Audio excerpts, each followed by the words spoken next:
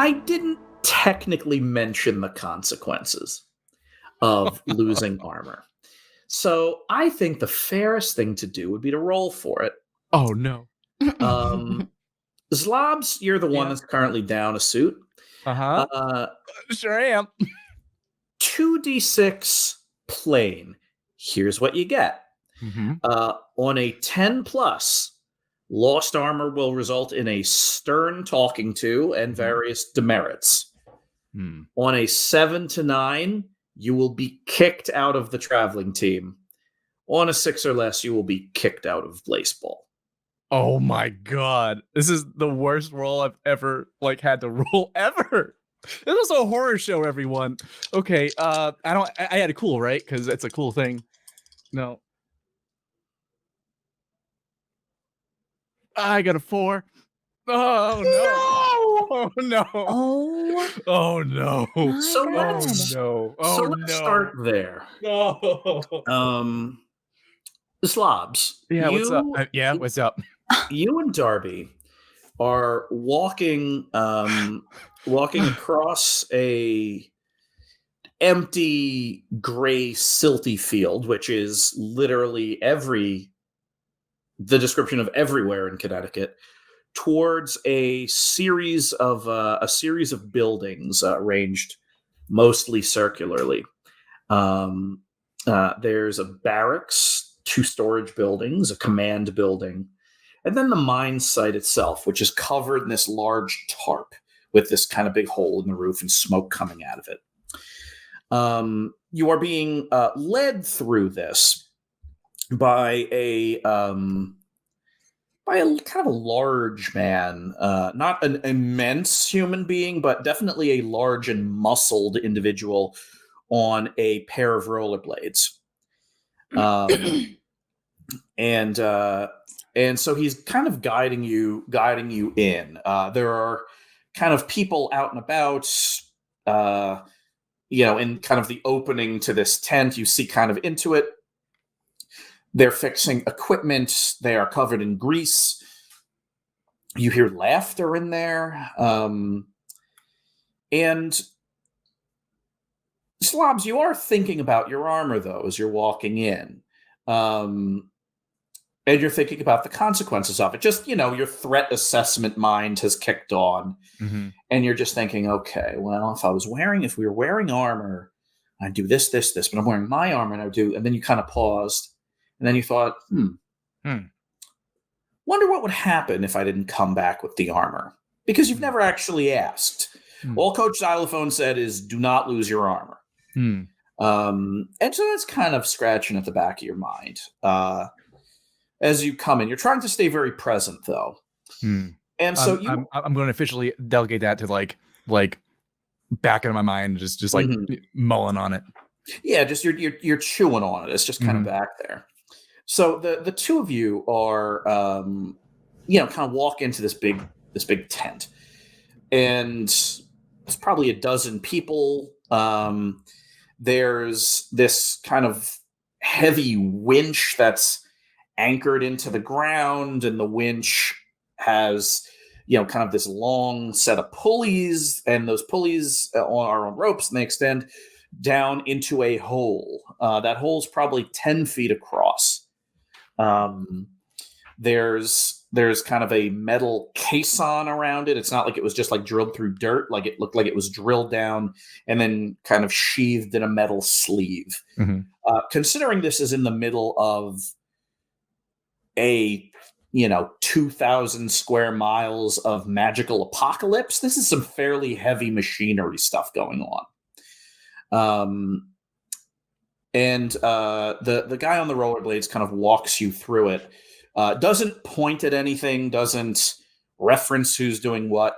He kind of leads you to this big table in the back. You realize it's not a table at all. It's like a huge storage box, and on top of it is looks like an old kitchen countertop. And so he kind of leans on it, and he's kind of jogging back and forth because his rollerblades are kind of back and forth, so he's bouncing a little bit. Looking for work, huh? Mm-hmm. Yeah. You have any experience with heavy machinery operation? My wings. Oh, yes. Oh. Oh my Zlobs God, does. yes. Oh my, so much. I realize, and explosives. I'm really good at explosives. I forgot. Noted. Yeah, I have a giant truck. And you there? You mentioned something about wings. Oh yeah, these are steam powered. And they're Do heavy. they work? They do. If you want me to take you for a ride, I can. I can't go as high as I normally do though, because I haven't been feeling great. Understood. But I'm good to work. I'm good to work though. And then he lays out kind of terms. He asks you a couple of. Actually, you know what? I'm going to have each of you roll.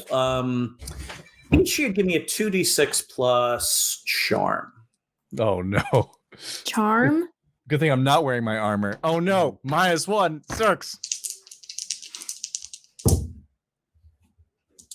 Also a 6. This is great. This is great. I can't wait to play my backup Stanley Handsome Pants. He looks at the both of you. I'm going to give you both a choice. You can come up with it as a consensus. He's very interested in your skills, but one of two things is making him kind of suddenly apprehensive as he kind of looks you over. One, he realizes for whatever reason that you're not actually looking for work. Or two, he believes you're looking for work, but believes you are also too young. So doesn't trust you or thinks you're too young. Your choice. Probably. Hold on. Can we huddle for a second? Yeah. Yeah. Probably too young because then you we can can tell prove we're ourselves. young. Yeah. I don't think they don't really know Blittle Leaguers as much around here. I don't think so. Okay. Yeah. Okay. So we just gotta either prove our worth or show that it doesn't matter that we're young. Or we gotta just be honest about why we're here.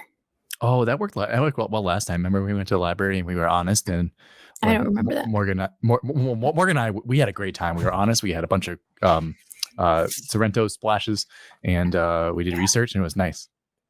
Yeah, maybe. And you got banned. Yeah, maybe I should learn a lesson from that or something. Yeah, why don't we tell the truth? Okay. Okay, ready, okay. break. And break. What was your name again? Didn't give it. Name's Lou Sigmund. Lou Sigmund. Lou Sigmund. So we're actually already working. I kind of panicked back there. But we're sort of in the middle of our own work, and so we're Blittle Leaguers, and we're trying to figure out.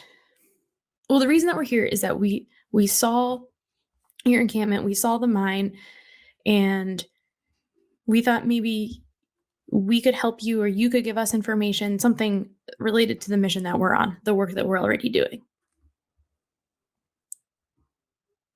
It's 2d6 plus charm. Oh boy, oh boy. Oh, it should be there. 2. No. Understood. And he walks over to kind of leaning rather haphazardly against the wall of this kind of tent, this like semi-rigid tent, is what could best be described as a surfboard-sized switchboard full of various kind of switches, levers, tiny little things welded and soldered on. And he kind of hits a rather nondescript-looking button, and a siren goes off, and all of a sudden, all the people in here grab sidearms and point them at you. Uh-oh. Let's switch back. So... never be honest again. Morgan and Mindy, the two of you are in are in Coventry and getting a sense of kind of the cleanup and fortification efforts that are going on. You all kind of decided to let that spy essentially from the Lakesiders go.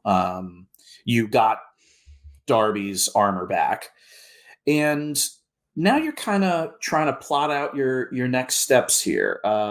Zlobs and Darby ostensibly flew out to try to find the other of the two scouts, but they are not back yet, and they've been gone for some length of time.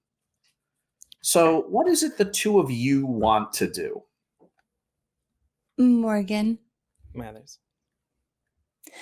I'm starting to feel worried and a What else little is new? regretful that we sent Zlobs and Darby out without any way of communicating with us. To be honest, I've been thinking about that too. I was thinking, why don't I try and find one of them? Okay. Through like your mental powers. I don't even know what to call them, Mathers. I think that would be probably more Do you efficient. prefer mental powers I'm fine with that. or psychic abilities? I'm not sure if they're psychic, but it doesn't bother me. I told someone one time that they were supernatural tendrils that came out of your brain, but I don't know if that's accurate either. I'm not really sure. If it's okay with you, I'm just going to use mind powers. Okay. Okay. The two of you are having this conversation as you're kind of walking around town square with, around the Nathan Hale statue. Yeah. There's, kind of a crate of ammo, in kind of a big army surplus box. And the whole time, Susie Chen was just kind of sitting on it, eating a granola bar, just kind of watching the back and forth. And, kind of you could tell she's looking at you, but thinking too, kind of doing some calculations. Okay. What? No, nothing. You look distracted. I was for a moment, but now I am focused as ever.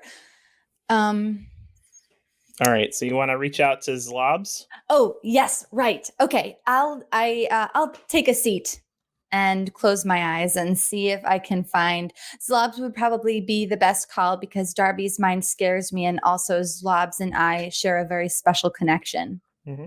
And I'm loud. I think I just heard him. Yeah. Ah! All right. 2d6 plus weird. This is going to be a tune-in roll. Okay. 9. All right. Thank you God. can ask one question from the tune-in list. Perfect. Where is the creature right now? Always a favorite. You kind of get a lock on Zlobs very quickly. You're like kind of placed on a map, maybe 15-ish miles east by northeast. Okay. Well, I found him. Okay, that's great. Is he headed back? No. He's in one spot.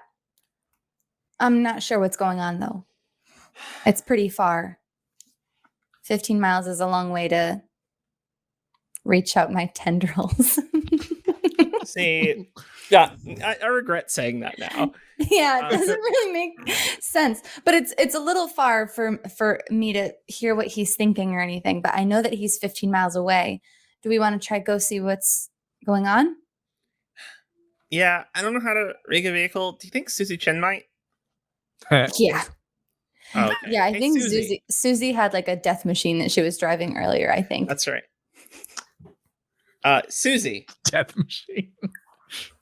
Yeah. Can I get a ride? We're gonna go find Zlobs. Can we both hop in your car? Is it right to call it a car? Mathers That's has been probably the calling it closest to the right thing. Yeah. Are you busy? No, I think inbound can stay in charge around here.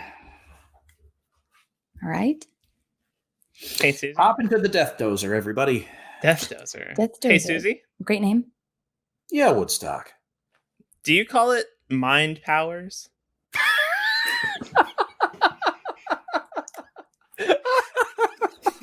He doesn't call it anything more than She crinkles up the granola bar wrapper and kind of tucks it into her armor and pulls out a stick of gum. I call it nonsense. And she kinda doesn't starts like chewing. it. Okay, let's go. Amazing. Yep. So, Susie Chen plus inbound definitely did what Zlobs had done the other day, which is find most of a vehicle and attach enough other stuff to it to turn it into enough of a vehicle to move. This was a kind of a small mid-century farm truck with bits welded on and a lot of weight stripped off. So it looks very mechanical and very greasy and oily. And a lot of the things that have been welded on are essentially hard points you can tether yourself to on the back to drive around and shoot things. So, there's kind of the cab up front with the driver's seat and then a passenger seat, and then there are like 4 welded bars in the back that you can kind of clip to. Shotgun. Shotgun it is. Susie gets in and she needs inbound here to start the car. Inbound kind of walks over and his left hand is really almost just kind of like a series of these like brass forks, and he kind of puts it into the exposed engine and things start kind of spinning and whirring, and then the engine kind of spins up. It says, we're going to have to keep it running until we get back. Once this thing turns off, it stays off. Okay. So, yeah, you all, the two of you pile in. Morgan, you're up front, and Mindy, you kind of flip to a hard point in the back. And off you go, heading cardinal direction, wherever Mindy's pointing. Just to make sure I am still unstable, still the most injured I've been in my life. You definitely are. Okay. Yeah. All right. Everything hurts. That's not an exaggeration. Mentally, physically, you're spent. You're pretty sure something like one of your joints kind of popped out and popped back in at some point. Bruised ribs. This is probably not going to be a pleasant ride for me. No, it's miserable back here. Give me 2d6 plus cool, actually, to see. Oh wow! To see how well you hide the fact that this is rough. Okay. No. I'm just making sure my armor doesn't help with that at all. Okay. It's a 2. So embarrassing. So Susie Chen is kind of driving the car in or the kind of the war machine in silence, and she looks in the rear view mirror at one point because she's hearing something going on back there. And when she looks through the rearview mirror, Mindy, what exactly does she see? I'm just crying. Oh no! Pretty quietly. Can't hear it over the roar of the car. That's heartbreaking. Oh, What else can I do? I'm just strapped to the back of the death dozer. Yeah, it just everything stinks, and it's exhausting. Oh.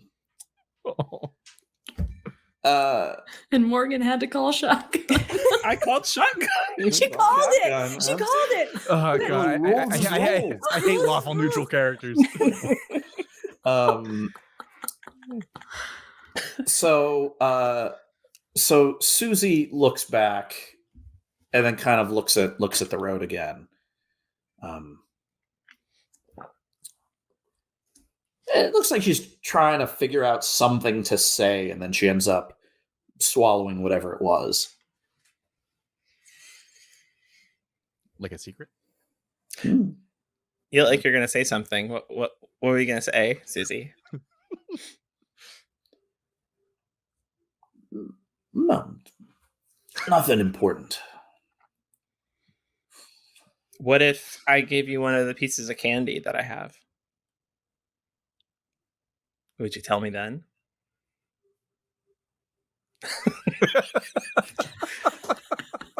I have one last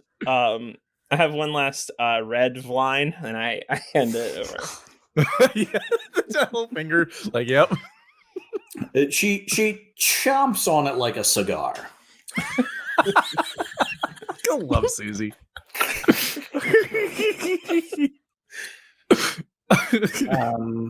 Give me a 2d6 plus charm plus 1 because of the red vine. Am I in my armor? Vibe. Yeah. Are you in your armor? I'm in my armor. Yeah. That plus. Okay. Yeah. That's a nice- It's a +1 because it's a vertical.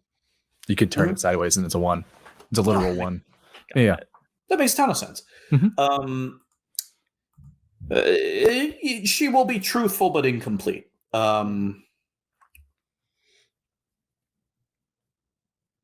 Well, just want us to all be ready if this is a rescue mission, is all. You don't think we are? I think you are. Listen, Susie. Mathers has more soul in her heart than I've ever seen from anybody. And by golly, she's the one that's going to take us through this, if anybody. So don't doubt her. And I look back in the rearview mirror and see Mathers crying. Quietly.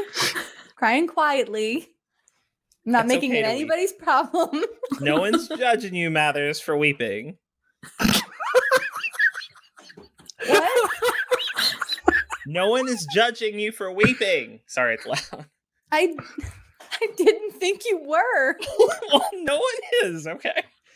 Great. I'm gonna soft punch Susie Chin.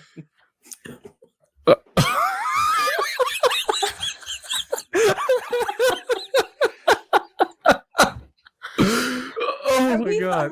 Are we almost there? Are we getting close? I might Nope, need this is to the first 5 minutes. I need a pullover. I need a break. Susie, We'll switch back. I throw up on the side of the road. Yeah.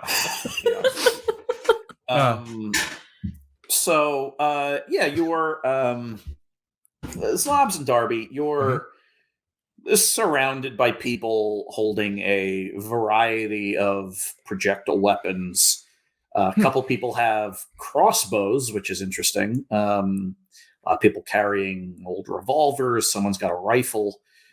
Dozen grown adults just kind of casually pointing guns at you. I think it's time for me to soothe them with my angel ASMR voice.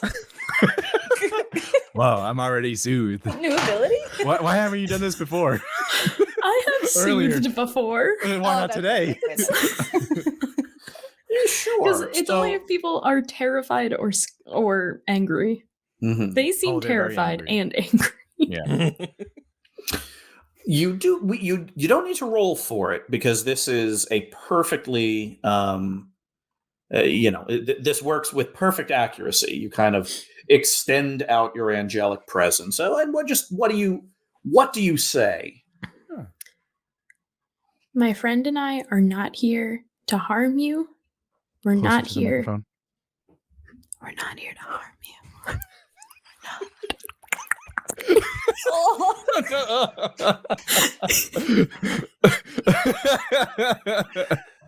We're not here. We're not here to fight. We are here to help the exhausted earth and to learn from you about what you're doing here and whether it might stop the seismic activity that is moving around up toward Massachusetts. We're just here to figure out what's going on and help.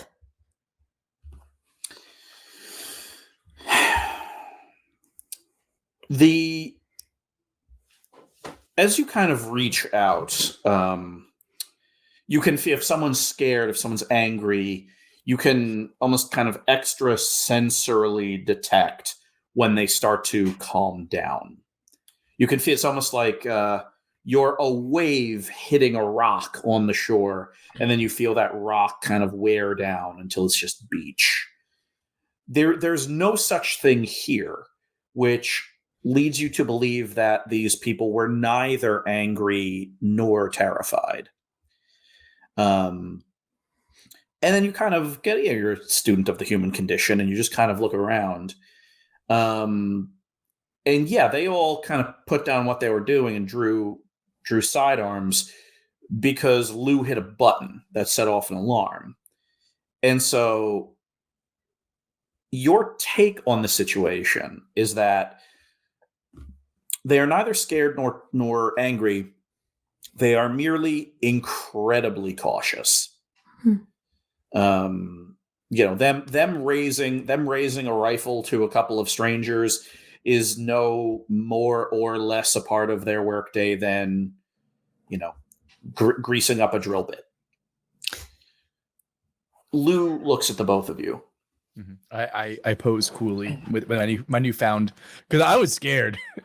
Now I'm like, yeah, I'm cool. Well, so you lied your way in, and you want to help us. Yeah, I'm trying to not do that as much anymore. But we did. We did lie. Yeah, I mean, we are looking for work. It's like a technical. I don't know. We're helpful. We would help out. We came from Coventry. Yep. Do you know Mayor Katie? Mm-hmm. Yeah. She's pretty cool. We got to learn a little bit about what it's like to live here from her. Yeah, we've got no problems with Coventry and its people. Have you felt whatever these rumblings are? Has that affected your mining operation?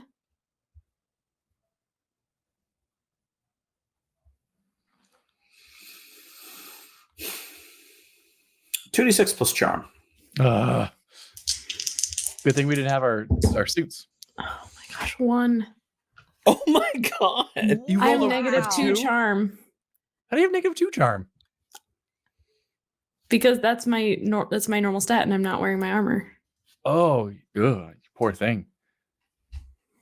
Your charm's -1. I don't have my away jersey on though. If you had your away jersey on, it would make it -2. Oh, did I write down the wrong?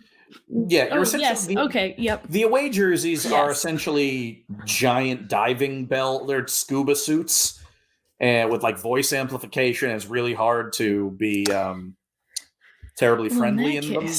I rolled a God. In that case, I No. rolled a 2. Me a 2. That's pretty good. And my other 2s Better were than a 1. 3s.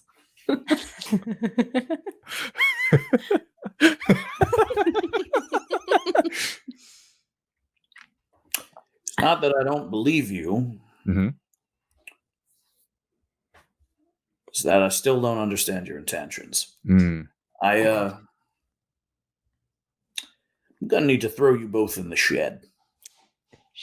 I'm sorry, the shed? Until we can figure out what to do with you. Like the shed aquarium? I do not know what that is. Oh. Hmm. Well, Come along peaceably. okay. Mhm. Yeah, There's there's snacks in the shed. Yeah, there's snacks. I'll get you something. Thank Okay, you. thank you. So, yeah, there's, you kind of walk back kind of out the rear door of this place around the side to where these big barracks are.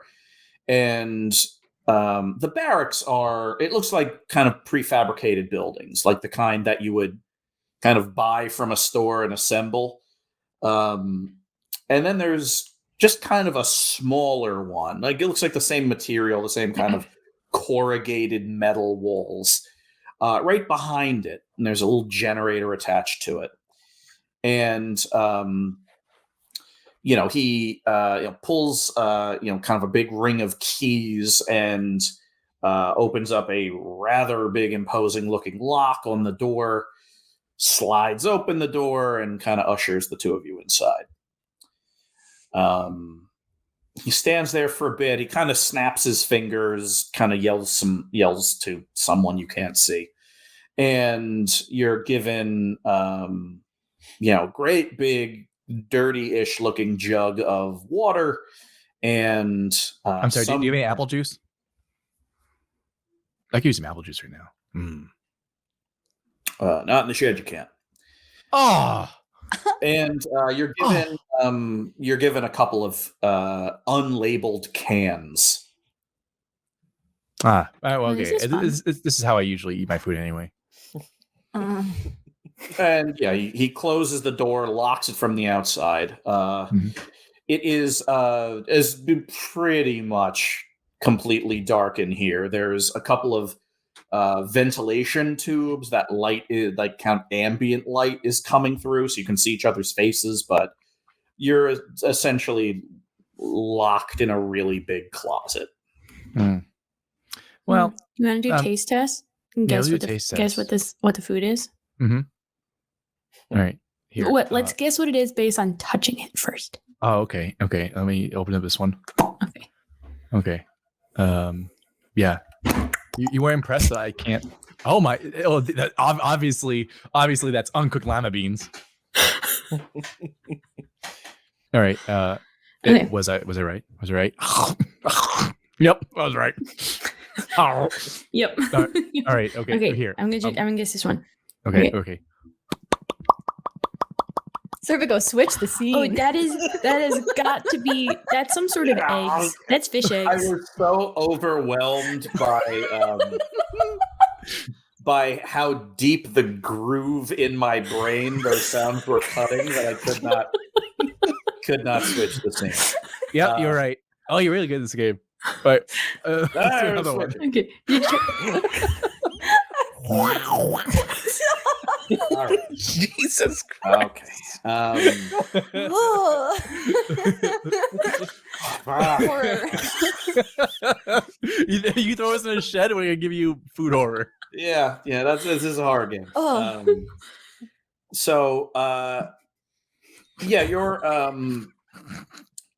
You're driving, and actually, Morgan, you're up front. Actually, I'll have both of you roll for it. Better your odds. Give me each. You give me 2d6 plus sharp. Oh my goodness. 6. All right. Susie? Susie's focusing on the road. All right. I'm trying to fall asleep. I haven't slept in a while. Yeah, it's been like a couple of days. Night and day is remarkably similar here. So yeah, you're kind of driving cardinal direction. It takes some length of time because it's not like there's a road that leads straight from Coventry to them. And so you're driving across a lot of dirt fields. You have to occasionally kind of turn around ruins the size of a small town. You're on road, but the road is, choked with cars that looks like they were just abandoned in clusters. So it does take some time, and you see after an hour maybe, a thin kind of ribbon of black smoke, kind of on the other side of another set of ruins. And Mindy, that smoke is kind of spatially corresponding to where you think Zlobs and by extension Darby would be. You kind of emerge from these ruins. You kind of go through what used to be a residential neighborhood into just a big flat open space for like hundreds and hundreds of feet. Almost like the size of like a farm if nothing was growing at all, like that much space. But in the middle is a cluster of, well, not luxurious buildings that are clearly new, built around this big kind of central tent, almost like the size of a circus tent, all white smoke coming out the middle of it. You're driving up, and there are, you don't hear this over the mix of needing to sleep or being ill and injured and also rolling really low, but there's some kind of commotion going on, and Susie is kind of leaning forward trying to understand what is happening exactly. And all of a sudden, a couple of people run outside and they're kind of waving something. And Susie just keeps driving up. And after about 10 seconds, a rather large piece of artillery starts kind of swinging over in your direction and opening fire. Susie? Susie? I see it. Then she kind of turns and peels off. Morgan, 2d6 plus sharp. All right. 6. Oh my god. Yeah, just have us not roll. I think you cross that.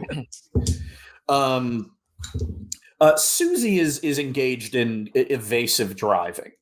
Susie Chen is also the second best young person driver. Zlobs is a race car driver. Susie is a functional driver, but she kind of takes it out of her comfort zone, and she's kind of weaving through crumbled ruins.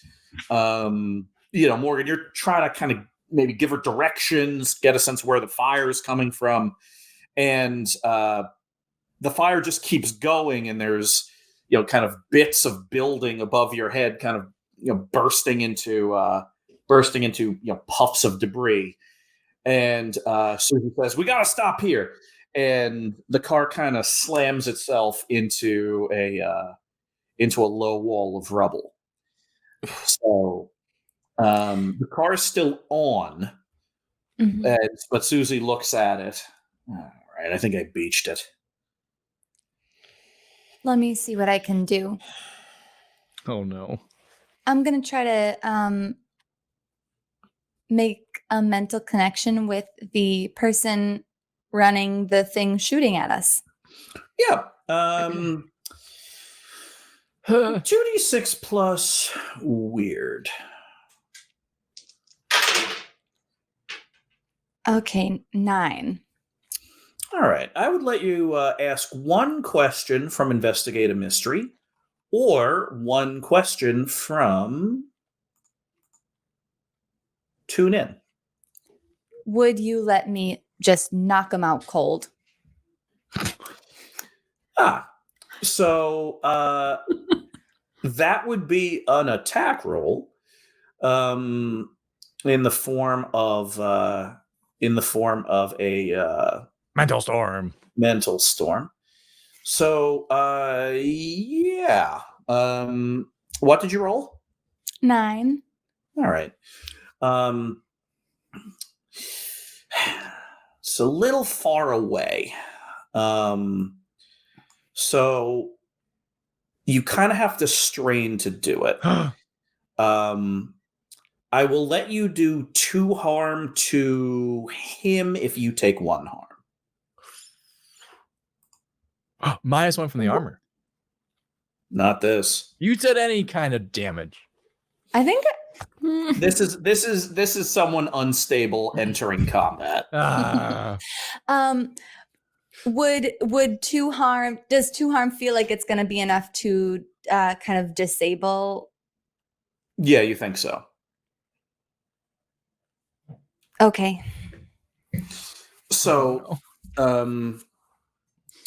yeah, you kind of reach out with your mind, and yeah, mark 1 harm. But yeah, it's more a result of the fact that you're unstable than a result of anything else.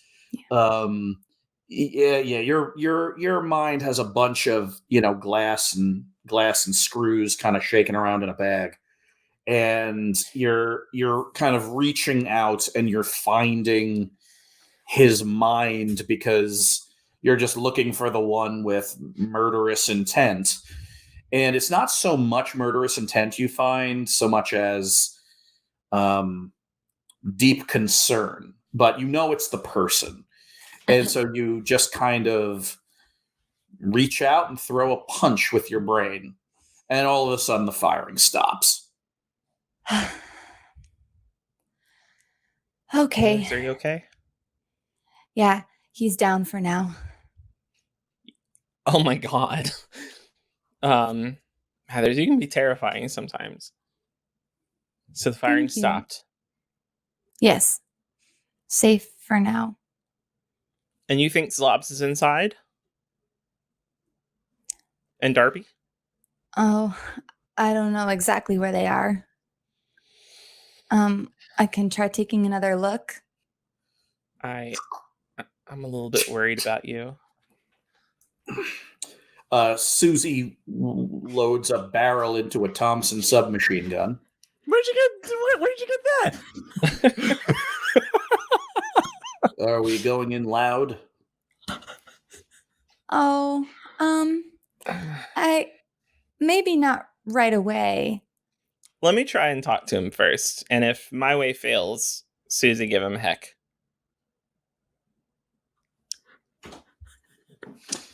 All right, so you're in essence undercover.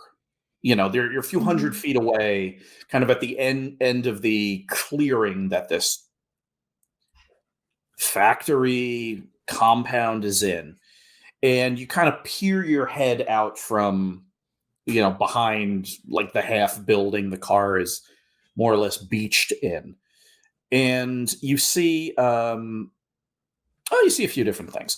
One, the gun that was shooting at you is very large. It's got these 2 barrels, these big kind of rotary cylinders that are presumably full of bullets. And the person in the chair is just kind of slumped over, like mouth open, like staring at the cold gray sky. You see a number of other people kind of running too. Like a couple are climbing up because it's sitting on top of like kind of what looks like a shipping container, like a building that's kind of like a shipping container. And there's someone climbing up a ladder on the side to that person. And there are also 3 people wearing, kind of big, heavy overalls, and one was wearing a helmet. They're all carrying weapons of various sorts, kind of slowly moving towards you. All right. Morgan, Mathers. can you talk to them? Mm-hmm. I'll keep an just ear out for Zlobs, thought-wise. Cool. I'm gonna walk out. Hands up in the air.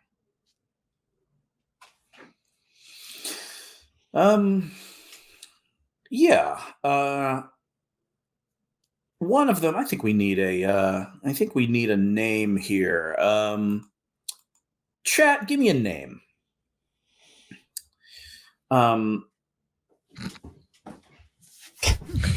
Did you have that copy pasted? Ready to go. Yeah, milkshake sounds pretty good. Yes, I did. Boom. So yeah, someone maybe late teens, Teen. braces, kind of hair kind of pulled back, is in the lead. And yeah, Morgan, you're kind of out, hands are up. Yeah. You seen a rascal and an angel? Oh, rascal. Is that a riddle? My What do name you is think? Mindy. Matters. Sorry. What do you think? Woodstock. I'd love one. Matt. Sorry.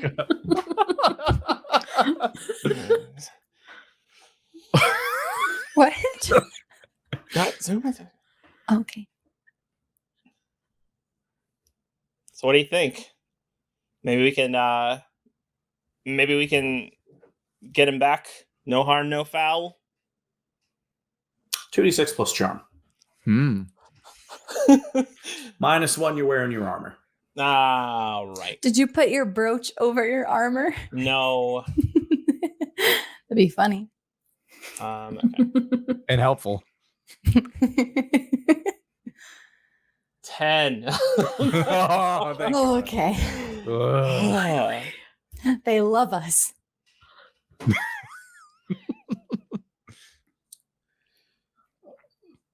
Milkshake smiles.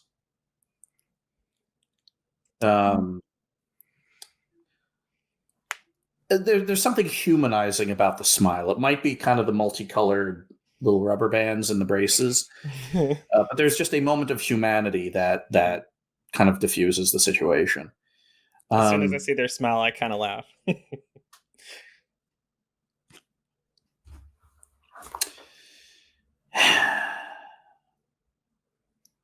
Yeah, you don't mean any harm. Come with me. All right. Oh, okay.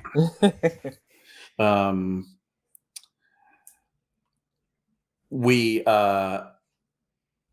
we see at that moment, like the hard iron gun sight, through the hard iron gun sight, kind of the cross hovering directly over Milkshake's head. And the second she turns and like Susie sees like Morgan and Mindy, like your shoulders untense a little bit, the sight kind of goes down and she gets back to working on the car. You're led really just to the side of this really long building. And leaning against it is a man in rollerblades. Milkshake and he exchange some words. And the man in rollerblades kind of visibly shrugs his shoulders and like heaves a heavy sigh. And he kind of skates over. All right, now this is getting ridiculous. What I don't is? suppose you two are looking for work. No. No. Then are you here on some sort of mission? Yeah. He's so I off the guess. foot. Let me guess. You found our other two compadres. Yeah. I'm here to collect. All right. And he walks over to this, you're kind of along the side of a big building, kind of walks around the edge of it to a much smaller building, gets a big ring of keys, takes a key, unlocks a big Whoa, lock. hold on. Darby, keep the door shut for a second. keep the door He shut. starts trying to pull the door open. What? Hold it shut. One minute. We still have another can to go. Well, also, like, there's this there's this explosive set up everywhere across like the roof of this place. Hold on, I'm just like taking them all down, stuffing them in the back of my coat, pulling charges. Yeah. Hold on, I'm naked. Well, We got really hot in here. Sever Slobbins. We'll let you know when no we're S. decent. It's just Slobbin. Stop. He has got to stop getting naked on missions. Oh, don't worry, Mindy. It was it was a Okay, I'm ready. It wasn't true. I mean, it was for you, sir. Oh God. Did y'all have fun? It was neutral, positive. I appreciate the hospitality. My tummy Milkshake. hurts more, and everything else hurts already. So, Milkshake, we'll be on our way, but can I have a second with these two real quick? Milkshake looks at Lou. Lou looks at Milkshake. In the shed?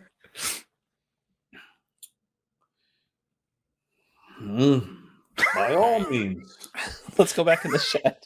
Matters coming. All Do you want me to? It's up to you. I can't prevent you from looking at people's secrets out there while I talk to Darcy and Zlobs. I'll stay in the fresh air for a moment. All right. Zlobs, I think we're in trouble. Are we? No. Hey. What? Zlobs. I forgot one. Thank you. I go over to the corner. It's a loose grenade. Oh, thank goodness. Jesus. Why did you come here in the first place? Oh, we saw smoke. Yeah, we were investigating. Mm-hmm.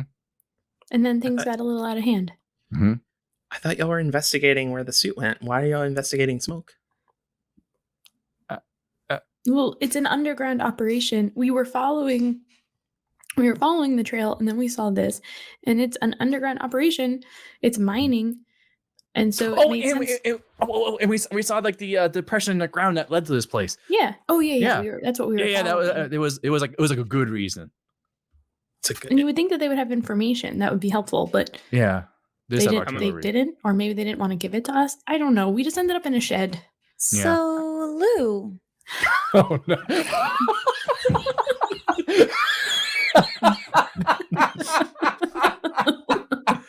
Yeah. what are you all doing around here? Oh, try and get by. That face. What are you working on?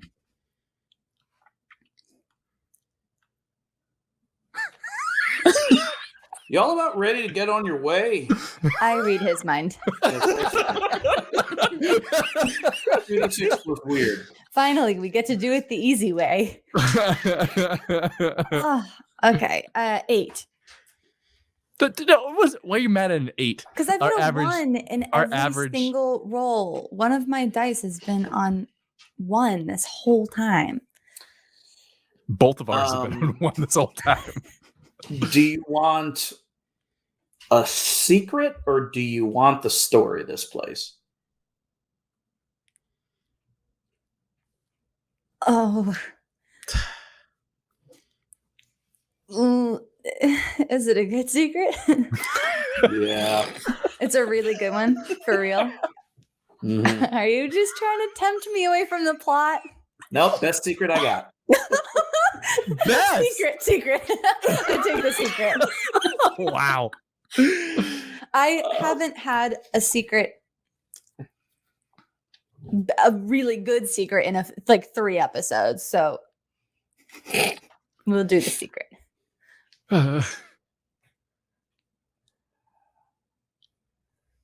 Both were secrets. Lou was sitting in his bed. His mother was telling him that it was time for him to go to sleep. But Lou wasn't going to sleep. He was under kind of a fort that he built in his bed. The blanket, a couple of couch cushions that he brought in from the other room, a broom that kind of standing up in the middle. And under there, in a headlamp, he's reading his his book of monsters, and he's looking at the Sasquatch, and he's looking at all these other cool pictures, like heavily stylized. It's a moment that's very, very very, very much inked into his mind. At the time, it was the thing that made him realize that the world was a lot bigger and scarier and more magical and more full of possibility than he previously thought.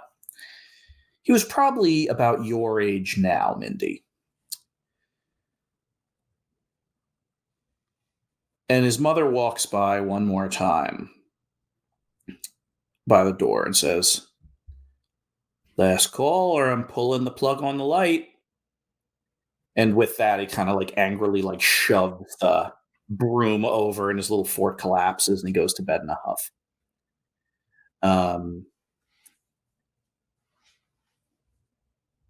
And then several decades later, exactly 1 week ago,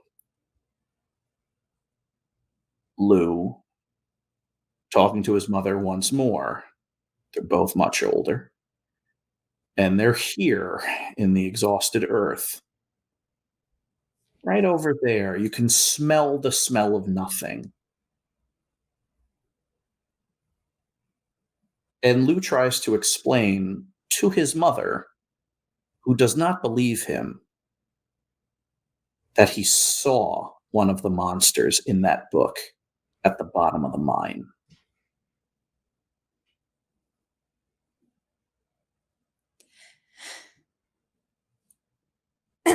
Lou? Yeah. Can I be candid? Yeah. You're mining here, right? He doesn't answer, but he's not trying to lie to you. And you saw something in the mine? Something that maybe other people don't believe you about? Something that maybe was familiar to you? He wants to say something, but he's not. Well, I believe you. I believe you about it. 2d6 plus charm plus 1. Oh, that's pretty good. It's not that good.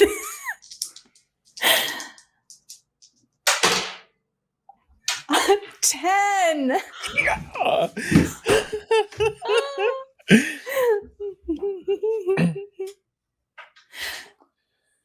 I need to talk to you and your friends. Okie dokie. Hey, folks, come on out of that shed, please. Prior to that knock, what were the three of you discussing in there? I don't understand why smoke and do y'all have the suit? Do y'all? Mm-mm. No, not yet. Okay. Maybe. Yeah, I don't wonder what would happen if I don't bring it back. We're gonna get it back. Yeah. I'll just fly in there and pick it up. Oh, Isn't that's it, whoever's in it was coming with me. fine. Oh, Yeah. Just gotta heal a little bit. Folks. Yeah? Come on Are we out all of that dressed? shed, please. Okay. Open the door. Okay. Boom. Lou has something that he would like to tell us. Right, Yeah. Lou? Okay. What, Zlobs? I was going to say I wanted to thank him for the food. Oh, that's very good. Thank you. Well, I Great think game. he's ready to be honest with all of us. Honest? Honest?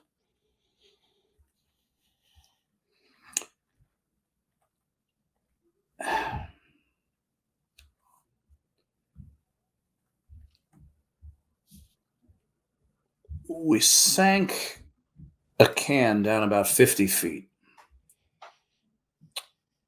opened up into a big cavern. Mom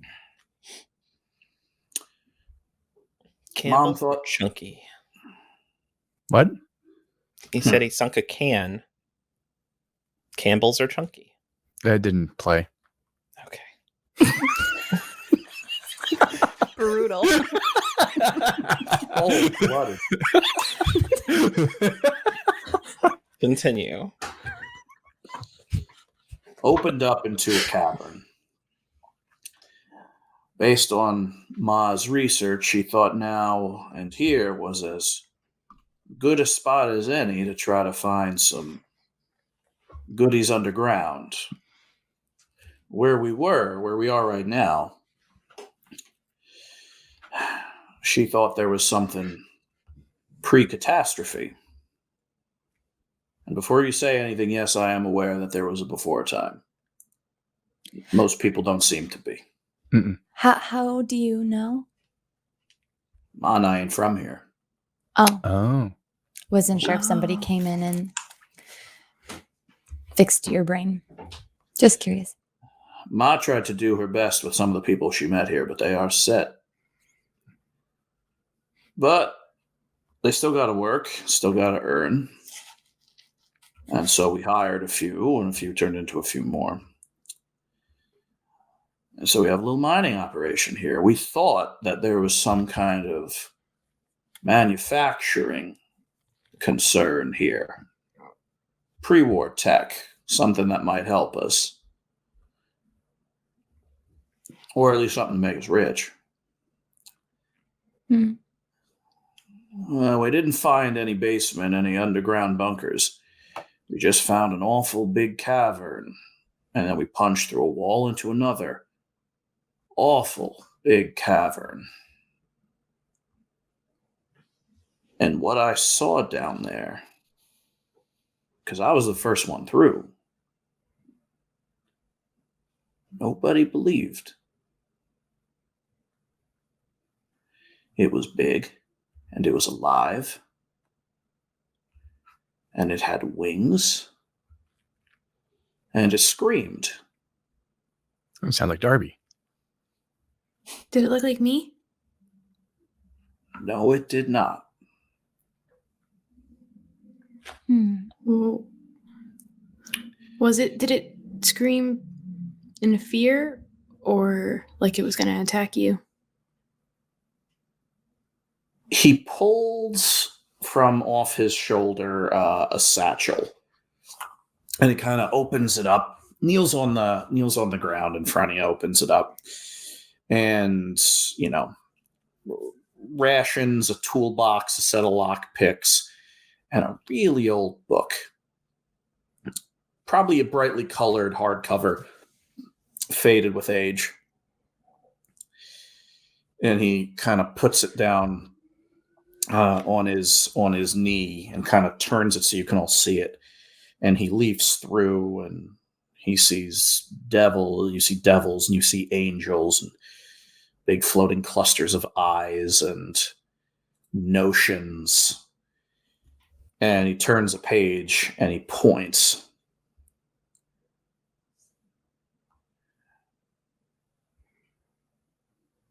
And under a picture of a bird the size of a building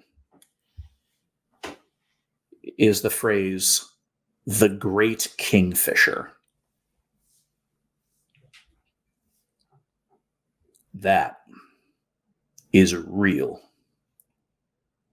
Lou, how far have you mined? Is it just in this location, or have you been expanding?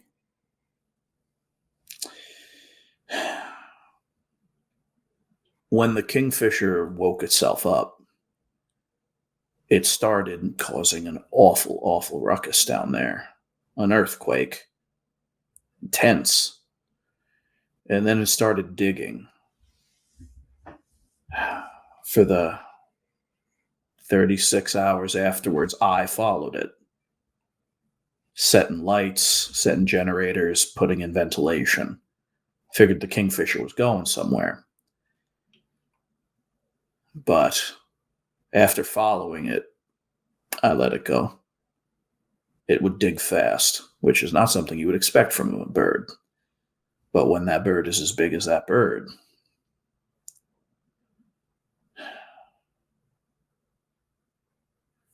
he pointed kind of in that direction, north by northeast. It's still digging. After All right. Ma said to stop following my imagination, she told me to set charges and blow the cave. Did you? I did. There's no opening here anymore. If you were to get down into the mines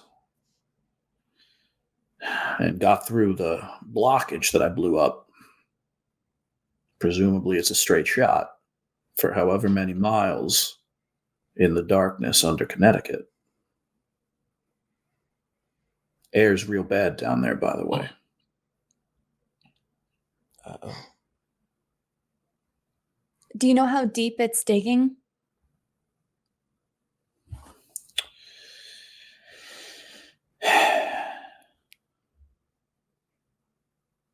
I think I scared it. We scared it. So I don't know if it's digging deep or if it's trying to dig up.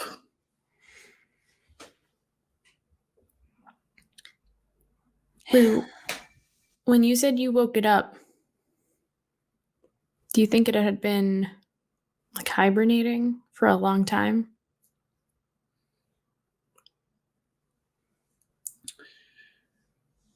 He hands you the book.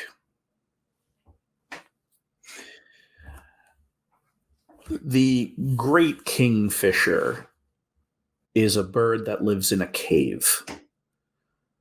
A bird that emerges only when provoked. The stories about it, because it's, again, this is like a child's book, very fanciful, so you can't tell kind of what words are in there because they're truthful and what words just kind of match the, ABAB rhyme scheme of it. But a great kingfisher is a huge, ancient bird that only fights to defend itself, but is at the same time capable of leveling a city.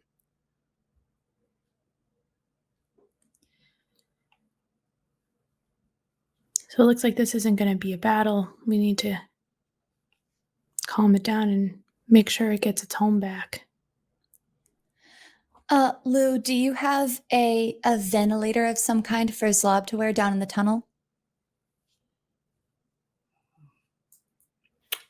2d6 plus charm. Me? Yeah. You asked. Oh my gosh. Okay. 7. That's enough. Maybe. It's not a fail.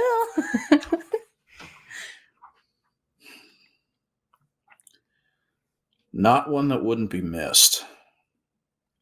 We can bring it back. Not one that wouldn't be missed.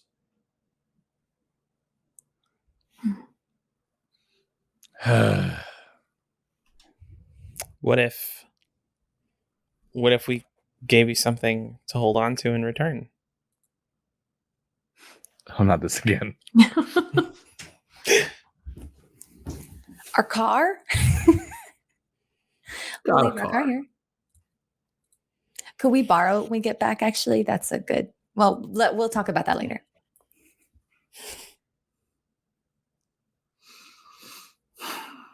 I just don't know what you have that I need. Cell phone? No reception out here. How about, I open my coat and like a comical amount of explosives just falls to the ground. Those actually might be helpful. He points to one of the storage buildings that literally just says, spray painted on the side, danger explosives. Lou, What about my sword? Darby. What do I need a sword for? I don't know. It looks cool.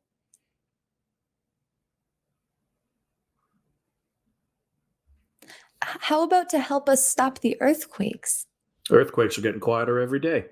All right. I take I take out my brasswood bat. All right. Ugh. Tell me, do you ever play Blaseball? Watch it. Maybe played it. No. Held a bat. No, never mind. What do you want? Maybe we just Morgan and Mindy go downstairs, Zlobs and I fly upstairs, and we'll make our way down into the tunnel once we find the Kingfisher. How will you get down into the tunnel? Oh, explosives? Well, Would we that just have work? to find a way to do it that doesn't scare the Oh. bird more. Also, the other team needs to know. Yeah. Oh, what if we scare it the other way? Huh? We need to not scare it at all, Oh. because then it's just going to come back and it's going to hurt Lou and this whole everyone here and Coventry. Mm-hmm. Susie? Come in, Susie. Oh, sorry. Oh, you're fine. I was just telling Inbound. You can tell Susie. Well, Susie's here I with hear us, you. so Inbound probably still needs to know. Oh, I bet Susie has Overwatch right now. Susie? I hear you. Hi, sorry, I got distracted. We are getting ready to go underground.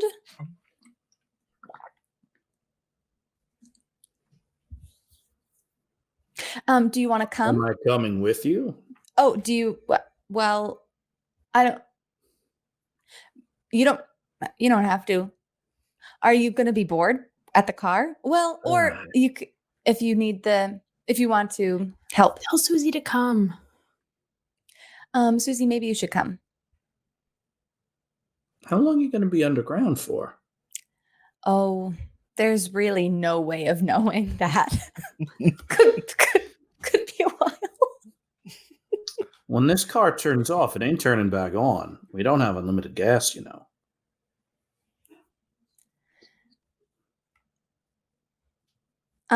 Hold on 1 second. Mhm.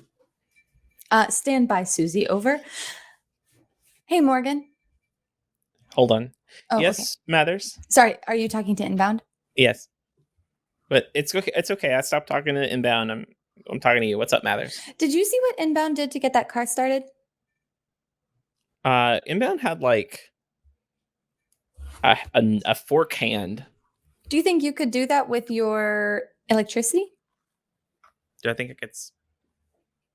Well, maybe if I use magnetic pull, and if I have, yes, I can try. Oh. Hello, Susie? Yeah, still here, Mathers. It's me, Mindy. Why don't you come with us? Morgan can start the car later. If Morgan can't start the car, we can borrow Lou's car, our new friend, Lou. He looks pretty like he's not immediately getting mad at me. So I think that he would be okay to give us a ride back if we need it. And to be honest, I am, on a scale of 1 to 10, I would say I'm at like a 9 out of 10 in terms of injury. So it might be helpful to have another person here with Morgan, just in case. All right.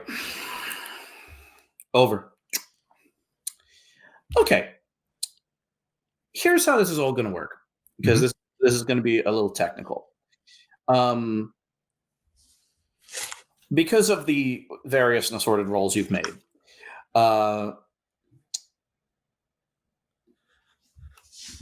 Lou can get you into the tunnel at some point in a few hours. Because the tunnel down to like essentially a big network of mine shafts and stuff is constantly worked. And at some point, they're going to pull everyone out and you're all going to go in. He essentially does not want his mother or anyone else to know that you are going down there.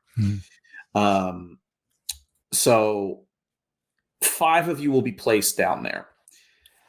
Anyone that does not have traveling team armor will take 1 harm on every partial success, no matter what the roll is, because the air is poisonous down there. He might be able to get you a respirator, but that will probably just ablate the first 1. So we could probably get our other one back. But Darby's won't help with that anyway, right? Oh, that's right. Yeah, Darby's doesn't have a hermetic seal. Yeah. Are you saying our consequences have consequences? Our consequences have consequences. How far are we from the Lakesiders? Map-wise? I lost track. Kind of like a triangle, so you're probably 15 miles from Coventry. Coventry's 15 or so miles from the Lakesiders. Lakesiders 15 miles away from 15 the Sigma miles. Oh, equilateral triangle.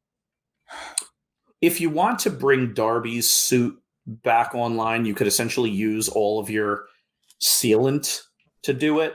But that means that if your suit ripped down there, you would be unable to seal it yourself. Oh, gosh. So you could get at the expense of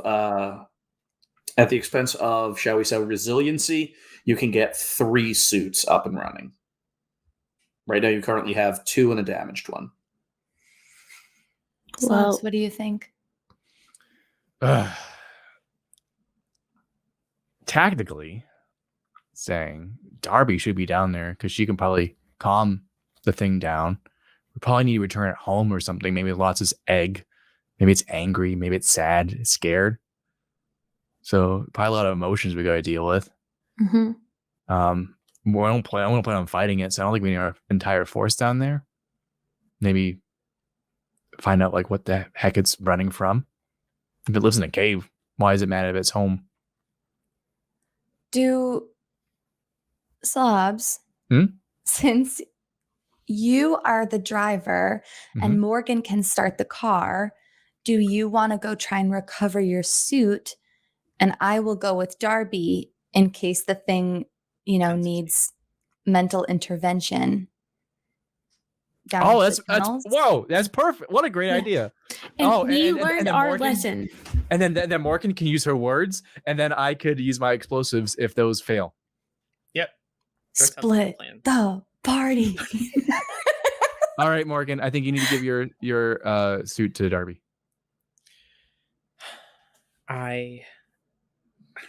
Or you could hermetically seal Darby's suit back up. I think we should do that. Okay. Let's seal it up. Yep. So once you pop wings through it again, it's going to unseal down there. Hopefully I don't need to fly underground. So with that, you repair the suit. You all kind of look at each other. Mm-hmm. I want to go up to Mindy. Mindy. Yeah? Can you promise me something? Okay. Was that a yes or just that you acknowledge my? Well, I don't know what it is yet, but I'm willing to promise you something. I don't know if I'm willing to promise anything. Oh, hold on. Let me try it again. Mindy. Yes. Can you promise me something? Yes. Yeah. Yes. What is it?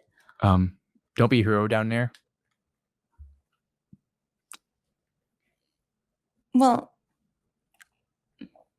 I give Mindy the Zlobs eyes. Yeah. Okay. Okay. I see the eyes. I'll be careful. Please.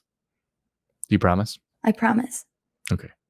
You be careful with the Lakesiders. Oh, I cannot make that promise. Morgan, let's break it. Here we go. Maybe the fact that we're both really injured is going to help Mindy, because the Kingfisher will know we're not as much of a threat as we normally are. Yeah. Yeah, I could see that. We're really not, but I don't think we look like much of a threat right now. I guess Susie does. That's Susie. true. But she can always.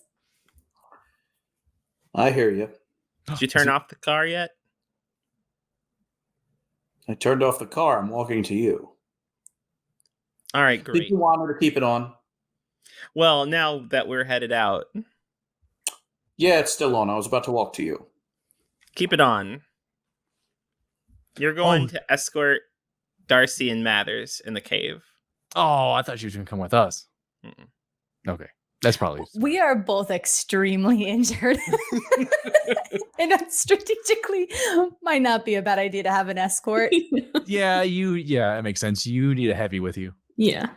Yeah. Normally I'm the heavy and I'm Lou brings you all into back in the shed As a team. as a team. Those of you going down there, I can get you in about 4 hours. okay. Hang tight here until then. In the okay. Lots of bonding time Mhm. for Mindy and Susie And Darby. and Darby.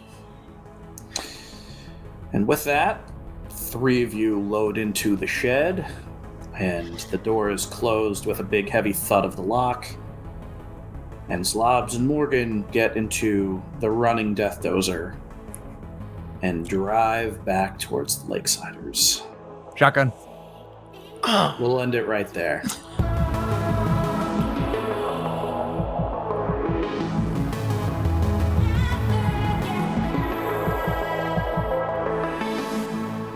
Uh-oh. Are you checking your notes? Why are you checking your notes? Smash Ramsey is watering his front yard. A black car pulls up at the house next door. The rear door opens. A suitcase is placed on the ground, followed by a pair of feet in big, thick heels. The passenger closes the door, walks to the driver, hands him a small wad of bills. Smash Ramsey looks at the woman standing in the street. He has not seen her in years. Howdy, neighbor. She looks at him and then looks at her house. Walks up to it, carrying the suitcase up the stairs, through the front door. Closes it behind her. She immediately is aware that people have been in here at some point. That was us.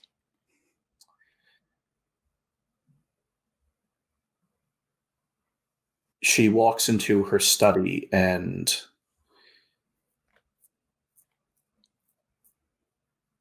through the rear door into the control room. The first thing she does is open up the drawer where she had left a letter, and she finds it gone.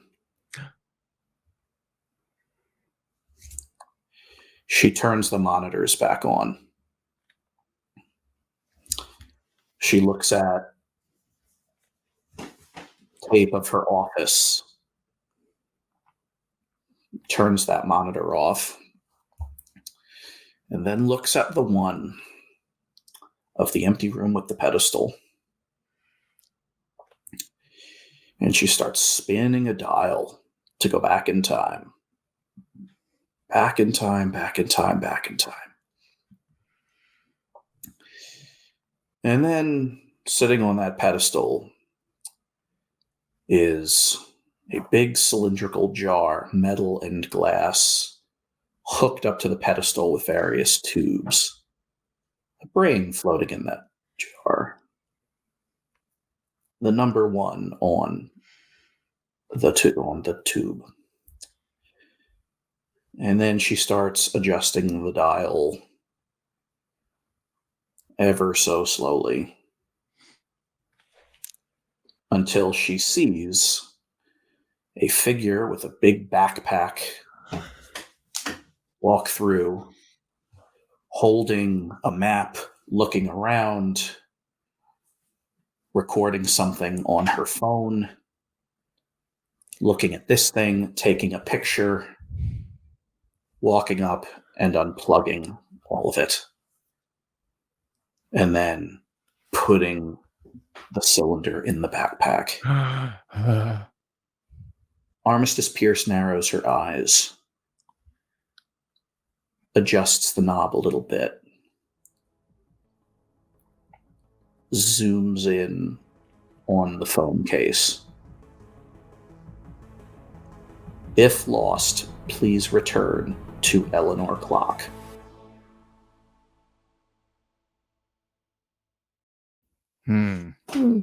Okay. Oh, it was just rocks you put in an empty can. I didn't think you were gonna get that one. Nah, I've eaten rocks before.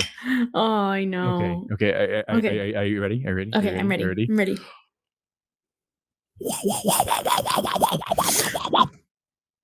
Did you put a soul in there? I get a bag of screams.